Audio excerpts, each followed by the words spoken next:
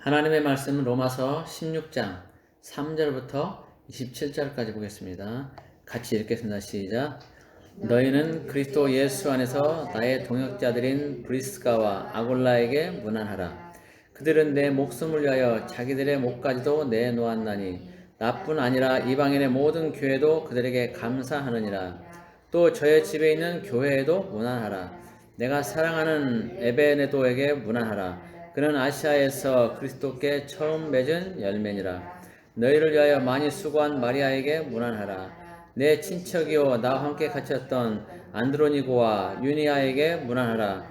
그들은 사도들에게 존중이 여겨지고 또한 나보다 먼저 그리스도 안에 있는 자라. 또 주 안에서 내 사랑하는 암블리아에게 문안하라. 그리스도 안에서 우리의 동역자인 우르바노와 나의 사랑하는 스다고에게 문안하라. 그리스도에서 인정함을 받은 아벨레에게 문안하라. 아리스토블로의 권속에게 문안하라. 내 친척 헤로디온에게 문안하라. 나기스의 가족 중 주 안에 있는 자들에게 문안하라. 주 안에서 수고한 드로베나와 드루보사에게 문안하라. 주 안에서 많이 수고하고 사랑하는 버시에게 문안하라. 주 안에서 택하심을 입은 루포와 그의 어머니에게 문안하라. 그의 어머니는 곧 내 어머니니라. 아순그리도와 블레곤과 허메와 바드로바와 허마와 및 그들과 함께 있는 형제들에게 문안하라. 빌롤로고와 율리아와 또 네레오와 그의 자매와 올름바와 그와 함께 있는 모든 성도에게 문안하라. 너희가 거룩하게 입맞춤으로 서로 문안하라. 그리스도의 모든 교회가 다 너에게 문안하느니라. 여기까지만 읽겠습니다. 오늘 말씀 나머지 부분들은 이제 읽어보시고, 이 믿음의 동역자들, 오늘 말씀의 제목은 믿음의 동역자들이라고 해서 이제 좀 볼 건데, 여러 사람의 이름이 나오죠. 우리가 평소에 잘 안 들어본 그런 이름들이 많이 나옵니다. 그래서 발음하기도 쉽지가 않아요. 어쨌든 많은 동역자들이 나오는데, 지난 시간에 누구를 봤죠?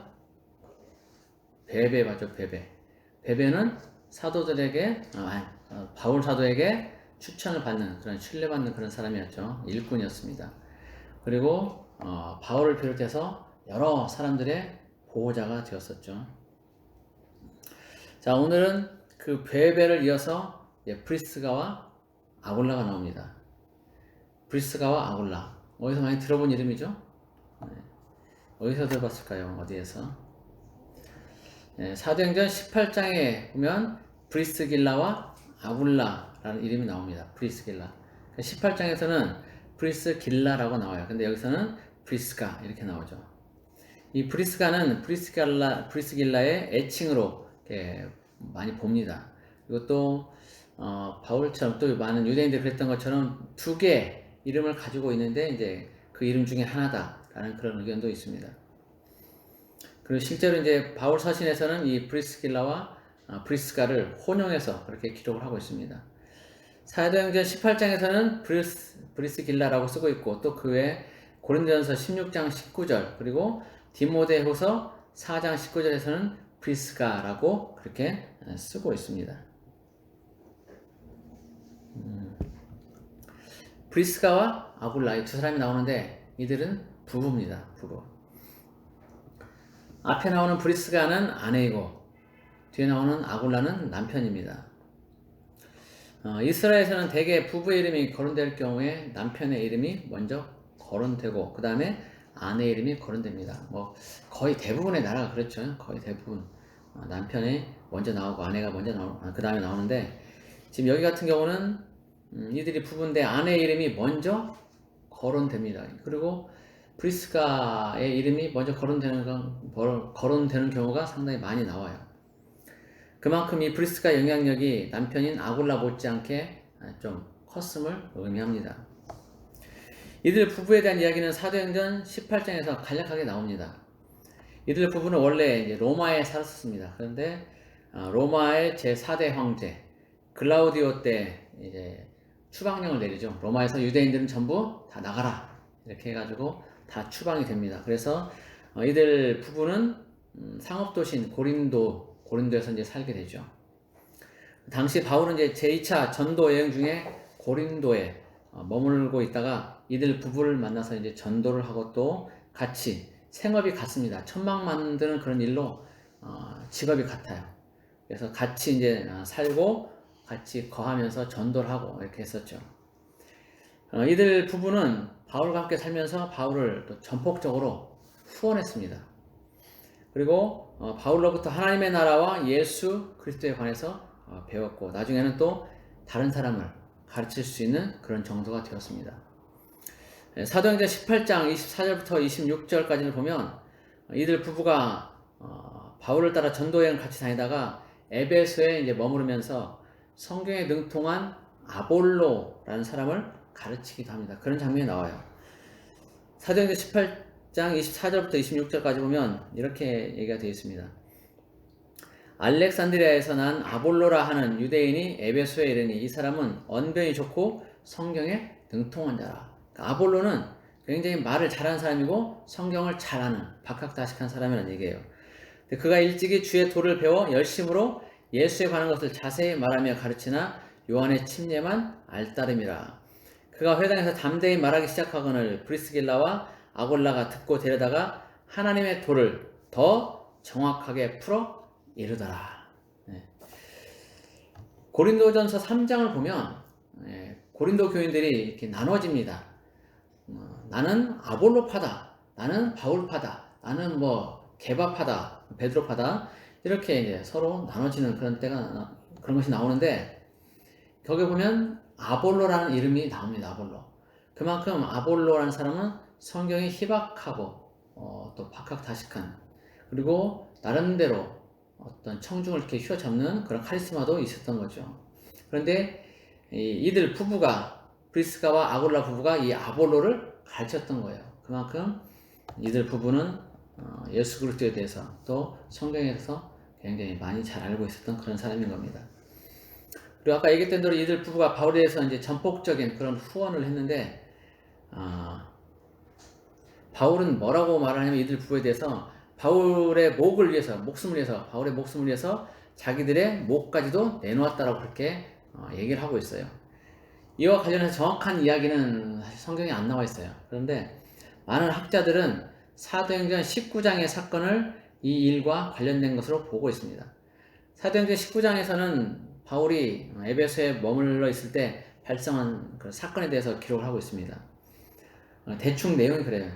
이렇게 되는데 데메드리오라는 사람이 있습니다. 이 사람은 아뎀이라는 신의 그 우상 형상을 이렇게 조각해가지고 그걸로 이제 팔아먹고 그 사업을 해서 풍족한 생활을 하는 사람이었습니다. 그런데 바울이 그 지역에 가서 에베소 지역에 가서 전도를 하니까 사람들이 예수를 믿게 되는 거예요. 그러면서 그런 아데미 신상 이런 것들은 우상이다. 그러니까 그런 것들은 버려야 된다. 만들지 말아야 된다. 갖지 말아야 된다. 집안에 들여놓지도 말아야 된다. 이렇게 이제 얘기를 하는 거예요. 그래서 많은 사람들이 이제 예수를 믿으면서 그 수입이 아데미 신상을 만드는 데메드리오라는 사람과 그 비슷한 사람들의 수입이 이제 줄어드는 거예요. 그러니까 이 데메드리오라는 사람이 자기의 직공들, 자기 밑에 있는 직공들과 또 같은 직종에 있는 사람들을 이제 모아가지고 폭동을 일으킵니다. 그래서 폭동을 일으켜서 이제 그 바울과 같이 다니는 그 사람들이 있는데 그 중에 가이오와 아리스타고라는 사람들이 있어요. 사람이 있는데 이 사람들을 이제 붙잡아가지고 바울을 붙잡지 못하고 바울은 다른 데 있었던 모양이에요. 근데 이 두 사람을 바울과 같이 다니는 이 두 사람을 붙잡아가지고 연극장 안으로 끌고 들어갑니다. 그래서 이들을 이제 매질을 하든지 아니면 폭력을 해가든지 그렇게 하려고 그러는데 그걸 바울이 봤어요. 그리고 바울이 그래서 연극장 안으로 이제 그들을 구하러 들어가려고 합니다. 그런데 제자들이 말렸다라고 되어 있거든요. 그래서 제자들이 말려서 그 연극장 안으로 들어가지 못하게 막았다라고 얘기를 하고 있어요. 그때 이 부부가 이 브리스가와 아골라 이 부부가 이들 부부가 바울을 지켜주는 것이 아닌가 그렇게 보고 있습니다. 그 폭동 속에서 브리스가와 아골라는 자신들의 안전도 위태하고 보장받지 못할 수도 있습니다. 그런데 자신들의 목숨을 걸고 바울을 지켜준 거죠. 이것을 통해서 이들 부부가 바울을 얼마나 아끼고 존경하고 사랑했는지를 알 수가 있습니다. 복음을 전해주고 가르쳐준 스승으로 이렇게 섬기고 사랑했던 겁니다.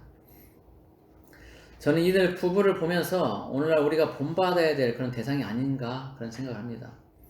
오늘날에는 이 스승이라는 개념도 희박하고 존경이라는 개념도 찾아보기가 힘듭니다. 학생들은 학교 선생님들을 대할 때 스승으로 대하기보다는 그저 학교에서 지식을 가르치는 그런 선생님으로만 대합니다. 그래서 자기들을 가르치는 선생님에 대해서 말을 함부로 하기도 하고 욕설을 하기도 하고 또 심지어 폭행을 하기도 합니다. 스승의 권위는 사라진 지 이미 오래죠. 그리고 스승에 대한 존경은 찾아보기가 힘듭니다. 바닷가에서 바늘 찾는 것처럼 그렇게 찾기가 힘듭니다. 옛말에 군사부 일체라는 말이 있어요. 임금과 스승과 아버지는 하나라는 겁니다. 같은 존경으로 대해야 된다는 거예요. 스승을 중심으로 말하면 스승을 대할 때 임금과 아버지를 대하듯이 하라는 겁니다. 그런데 문제는 오늘날에는 이 임금도 아버지도 대접을 받지 못한다는 겁니다. 현대화 되어가면서 서구 문명을 받아들이면서 본받지 말아야 할 것까지도 본받고 이렇게 우리 생활 속으로 들어와서 우리 사회의 권위와 존경은 아주 급속도로 약화가 되었습니다. 그리고 그 폐해는 교회에까지도 스며들어서 성도들도 목회자에게 함부로하는 지경에까지 이르렀습니다. 예전에는 목회자를 존경하고 그 말에 순종하고 따르고 그랬습니다. 그리고 잘못에 대해서 질책을 받으면 눈물로 회개하고 그러는데 지금은 그런 것을 기대할 수가 없습니다. 몇몇 사람들이 작당해서 없는 말을 만들어내고 목회자를 모함해서 정년이 얼마 안 남은 목회자를 교회에서 쫓아내기도 합니다. 이런 일들이 심심치 않게 일어납니다. 예전 같으면 상상도 할 수 없는 일들이 일어나고 있는 거죠. 일부 사이비 목회자를 제외하고 대부분의 목회자들은 성도들이 그리스도 안에서 잘 자라가도록 기도하며 섬깁니다. 한 영혼이라도 지옥 가는 영혼이 없도록 말씀을 먹이고 또 기도로 섬깁니다. 그리스도의 장사한 분량까지 이르도록 돕고 또 돕습니다. 이것은 예나 지금이나 별반 다르지 않아요. 그래서 성도들은 목회자를 존경하고 사랑하며 그 지도에 따르는 것이 본인들의 영적 성장을 위해서 좋습니다. 그러나 성도들은 많이 변하고 있어요. 브리스가와 아굴라가 바울에게 보여준 그런 사랑과 존경은 좀처럼 기다리기가 어렵습니다. 목회자가 하는 설교와 권면을 듣고 찔림이 있으면 회개하고 돌이켜야 되는데 그렇게 하기보다는 자신의 잘못을 지적했다고 심히 화를 내며 따집니다. 많은 대중을 향해 설교를 하는데도 자기를 꼬집어서 말했다고 화를 내며 자기에게 무슨 감정이 있냐고 따지기도 합니다. 하나님이 목회자의 설교와 권면을 통해서 그들의 양심에 말씀하고 계시는데 성도들은 도무지 들을 준비가 안 되어 있는 겁니다. 하나님은 모든 상황들을 통해서 말씀하시지만 특별히 목회자를 통해서 말씀하시는 경우가 많습니다. 데살로니가전서 2장 13절을 보면 이런 말씀이 있어요. 데살로니가전서 2장 13절. 이러므로 우리가 하나님께 끊임없이 감사함은 너희가 우리에게 들은 바 하나님의 말씀을 받을 때 사람의 말로 받지 아니하고 하나님의 말씀으로 받음이니 진실로 그라도다. 이 말씀이 또한 너희 믿는 자 가운데서 역사하느니라. 이 데살로니가 성도들은 바울과 일행들이 전하는 말을 사람의 말로 받지 않고 하나님의 말씀으로 받았다는 거예요. 그리고 그 말씀이 그들 안에서 또 실제로 역사했다는 거죠. 바울이 말한 얘기를 하나님이 하시는 말씀으로 받은 거예요. 그리고 그대로 성실하게 지켜나갑니다. 그러니까 당연히 그 삶에서는 열매가 맺힐 수밖에 없는 거예요. 말씀이 역사하는 거죠. 바울에는 한 사람이 전하는 말로 받아들였다면 별 변화가 없었을 겁니다. 그러나 이들 성도들은 바울이 전하는 말을 하나님의 말씀으로 그렇게 받아들였습니다. 그리고 그 말씀에 순종해서 살다 보니까 그들의 삶이 변하게 된 겁니다. 마음밭이 좋고 들을 준비가 되어 있다면, 말씀을 듣고 변화될 준비가 되어 있다면 그런 사람은 목회자가 어떤 설교를 하든, 아무리 목회자가 설교를 잘 못한다 할지라도 그 설교를 듣고 자신을 돌아보면서 자신의 삶에 적용시키려고 할 겁니다. 그리고 실제로 삶이 변화될 겁니다. 그러나 준비되지 못한 사람들은 목회자의 말을 잔소리로 듣거나 자신을 귀찮게 하는 그런 말로만 들을 것입니다. 그리고 계속해서 불평, 불만만을 말하고 불순종의 삶을 살 것입니다. 그러면 결국 그 사람의 삶은 아무것도 변화되지 않을 겁니다. 이런 사람은 누군가 자기의 잘못을 지적하면 일단 기분이 나쁘고 불쾌한 마음이 들 것입니다. 마음밭이 들을 준비가 안 되어 있기 때문입니다. 그러나 그 단계에 머물러 있으면 그 사람은 절대 성장을 기대할 수 없습니다. 그 아픔을 이기고 자기 성찰을 하며 돌이킬 때 비로소 한 단계 성장할 수 있게 됩니다. 우리가 잘 알고 있는 다윗에 대해 하나님은 뭐라고 칭찬하시는지 혹시 아십니까? 하나님이 다윗에 대해서 하시는 말씀. 내 마음에 합한 사람이다. 하나님의 마음에 합한 사람이라고 하나님은 그렇게 말씀하셨어요. 다윗에 대해서. 왜 하나님의 마음에 합한 사람일까요? 다윗이 뭘 했길래? 일단은 기본적으로 다윗의 마음이 하나님께 늘 머물러 있었기 때문입니다. 순간순간 범죄한 일이 있었지만 다윗의 마음은 그 중심에는 늘 하나님이 계셨어요. 늘 하나님이 그 안에 머물고 계셨던 겁니다. 그래서 하나님과 동행하는 삶을 살려고 무지 애를 쓴 겁니다. 그리고 다윗이 또 하나님의 마음에 합한 사람이 될 수 있었던 그 다음 이유는 다윗이 범죄하거나 잘못을 했을 때 그것에 대해 지적을 받으면 즉시로 자기 잘못을 인정하고 회개했기 때문입니다. 이 보통 사람, 일반적인 경우에는 누군가 자기 잘못을 지적하면 화를 냅니다. 저도 그래요. 누군가 내 잘못을 지적하면 일단 화가 납니다. 내가 뭐 잘못한 것 같지도 않은데 지적을 하는 거죠. 그러면 화를 내요. 대부분이 그렇습니다. 대부분이.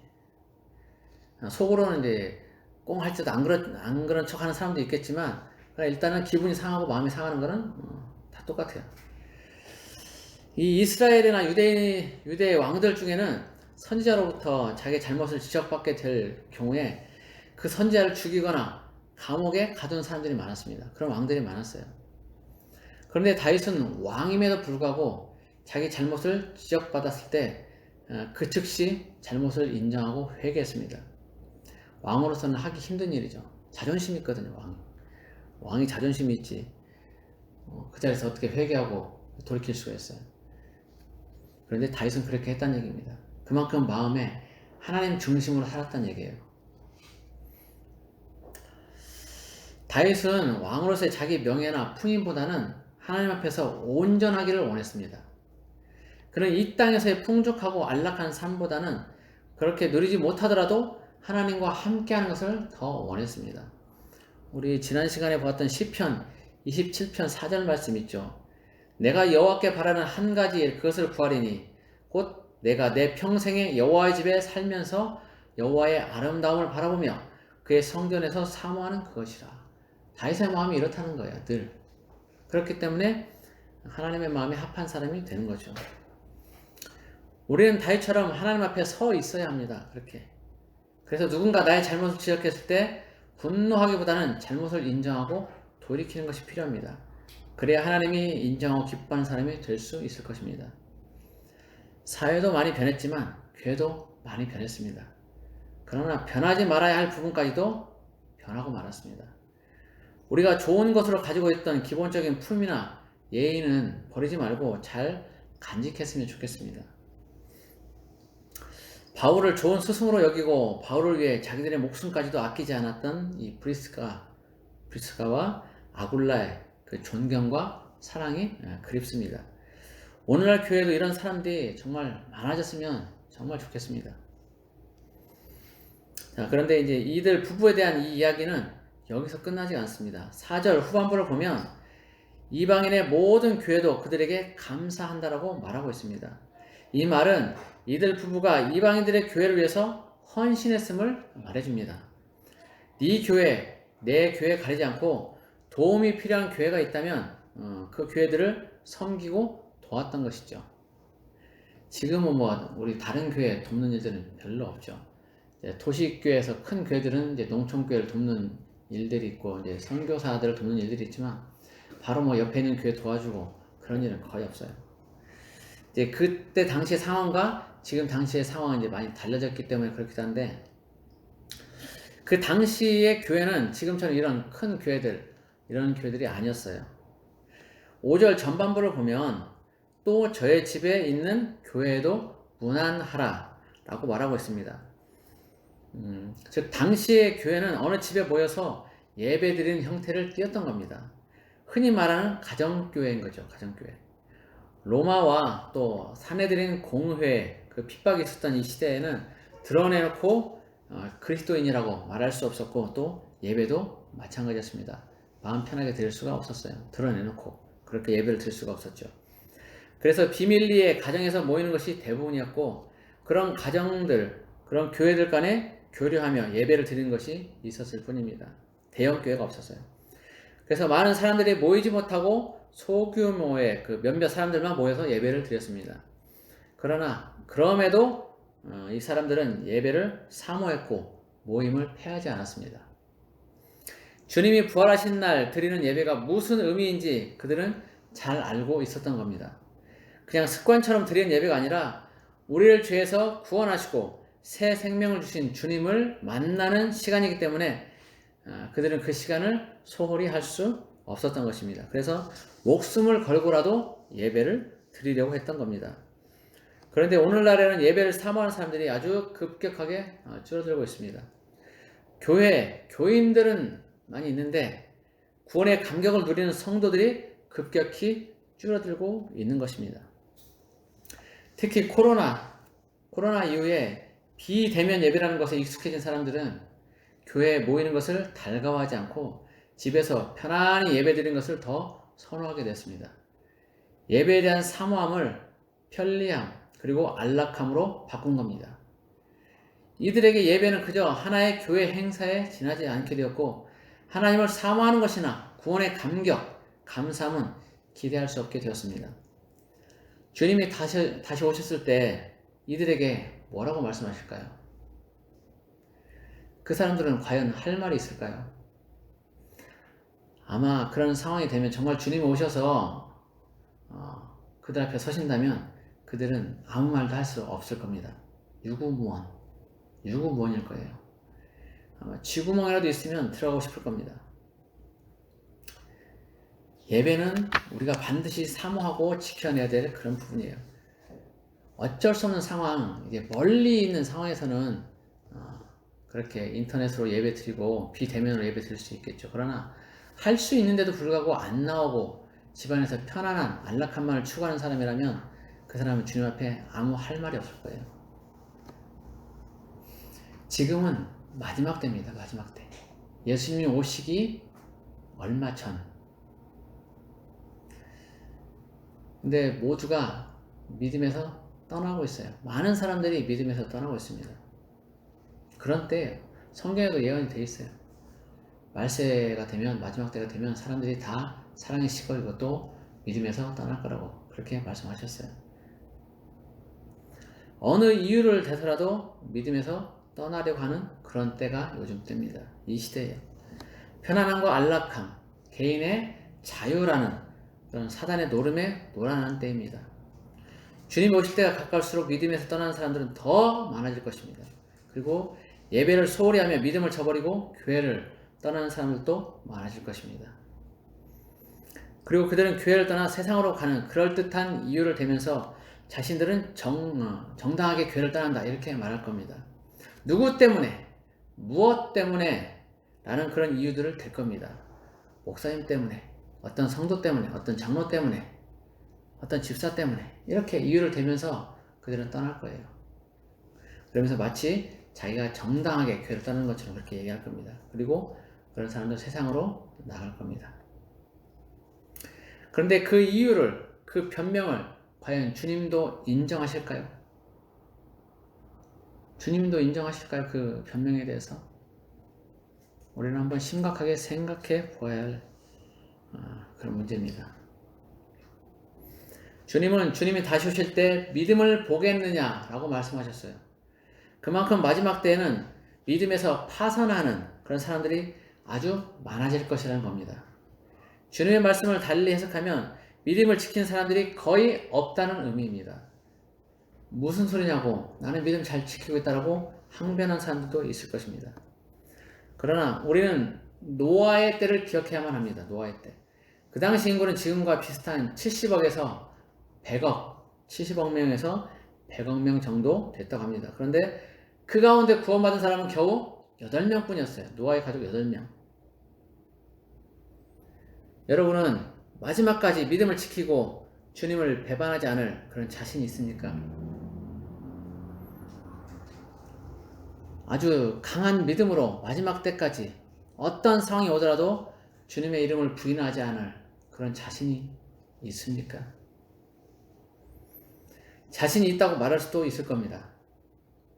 예수님의 수제자 베드로도 그랬고 모든 다른 제자들도 그렇게 말했으니까요. 그러나 결론은 참담했죠. 한 사람도 남김없이 다 예수님을 버리고 도망갔습니다. 그렇게 자신만만하게 죽을지언정 주를 부인하지 않겠다, 주를 떠나지 않겠다 그랬는데 한 사람도 남지 않았어요. 3년 반 동안이나 예수님하고 동고동락했던 그런 사람들, 그런 제자들이 한 명도 안 남았다는 거예요. 그러면 우리는 어떨까요? 예수님하고 같이 먹고 살고 그렇게 하지도 않았어요. 우리는. 성경에서는 보지 못하고 믿는 자가 더 복되다고 그랬는데 주님 그렇게 말씀하셨죠. 도마가 의심할 때. 우리는 보지 않고 믿어요. 복된 사람들인 건 맞아요. 그런데 그 가지고 있는 믿음을 마지막까지 지킬 수 있겠냐 이런 얘기예요. 지금도 믿음이 강하지 못한 사람들이 많은데 마지막 때 가면 어떻게 될까요? 예수님 부인하고 예수님 모른다고 할 가능성이 많아지는 거죠. 지금 믿음을 강하게 가지고 있어도 나중에 어떻게 될지 모르는데 흐지부지한 믿음, 예수님을 위해서 죽을 준비도 안 되어 있는 그런 믿음이 있다면 그런 믿음을 가진 사람들은 한 번쯤 자기 자신을 돌아봐야 될 필요성이 있어요. 예수님의 제자들이 다 버렸단 말이죠. 그런 것처럼 우리도 마지막 때 우리 목숨을 내놓아야 될 때 예수님을 부인해야 될 그런 경우가 생길 수도 있는 거예요. 그래서 지금 미리 준비해야 되는 겁니다. 마지막 때 환란이 있을 때 우리도 그 제자들처럼 안 그러라는 그런 보장이 없는 겁니다. 누구나 연약한 육체를 가지고 있고 두려움이 있기 때문입니다. 그래서 우리는 지금부터 준비해야 됩니다. 예배를 목숨처럼 중요하게 여기고 믿음에서 파산하지 않도록 교회에 붙어 있어서 성도의 교제를 이루어 가야 합니다. 혼자 있으면 가기 힘들어요. 그래서 같이 나와서 대면 예배 드리고 같이 모여서 기도하고 그렇게 해야 되는 겁니다. 오늘 본문에서 바울은 베베, 브리스가, 아굴라 이들 외에도 많은 사람들에게 무난하도록 권면합니다.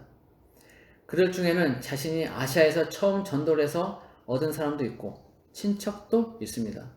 그리고 교회를 수고함으로 섬기는 사람도 있고 바울보다 먼저 예수를 믿은 사람도 있습니다.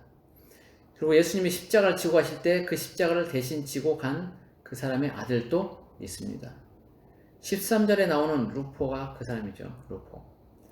루포의 아버지가 예수님의 십자가를 대신 졌죠. 이들은 모두 바울과 동역하면서 하나님의 나라를 이루어갔던 그런 사람들입니다.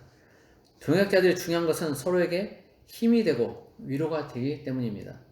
혼자서는 가기 힘든 길이지만 여럿이 간다면 훨씬 더 힘이 덜 들 것입니다. 전도서 4장 12절에 이렇게 말씀합니다. 한 사람이면 패하겠거니와 두 사람이면 맞설 수 있나니 세 겹줄은 쉽게 끊어지지 아니하느니라. 전도서 4장 12절 말씀, 중요한 말씀이죠. 그래서 우리가 매일같이 모여서 예배드리고 같이 함께 교제를 해야 되는 겁니다. 부디 많은 사람들이 믿음에서 파산하는 이때 세 겹줄의 신앙으로 서로 동역하며 주님이 다시 오실 때까지 믿음 잃지 않고 나아가는 우리 모두가 되기를 예수 그리스도의 이름으로 축복합니다. 기도하겠습니다. 고마우신 주님 감사합니다. 바울에게 베베를 비롯한 브리스가, 아굴라 그리고 그 많은 동역자들이 있었음을 우리가 압니다. 하나님, 이들 중에는 바울을 위해서 목숨을 내놓은 그런 사람들도 있고 바울을 전폭적으로 후원하면서 복음 전하는데 어려움이 없도록 도운 사람도 있습니다. 하나님, 우리가 이제 그런 사람들이 되기를 원합니다. 누군가 하나님의 일을 하고자 할 때 그를 도우며 그렇게 나아가기 원합니다. 그리고 우리가 서로 합력해서 선을 이루기 원합니다. 세겹줄이 되어서 끊어지지 않고 온전히 주님 오신 그날까지 믿음으로 같이 나아가는 우리 공동체 되기를 원합니다. 서로 위로하고 권면하게 해주시고 서로 사랑함으로 하나가 되도록 도와주십시오. 믿음의 세겹줄로 단단히 묶여있는 우리 모두가 되도록 우리 가스펠 에클레시아 성도들, 가족들 다 될 수 있도록 주님께서 역사여 주시옵소서. 지켜 주시옵소서. 주님 오시는 그날까지 우리가 믿음으로 나아가길 원합니다. 도와주옵소서. 감사합니다. 예수 그리스도의 이름으로 기도드립니다. 아멘.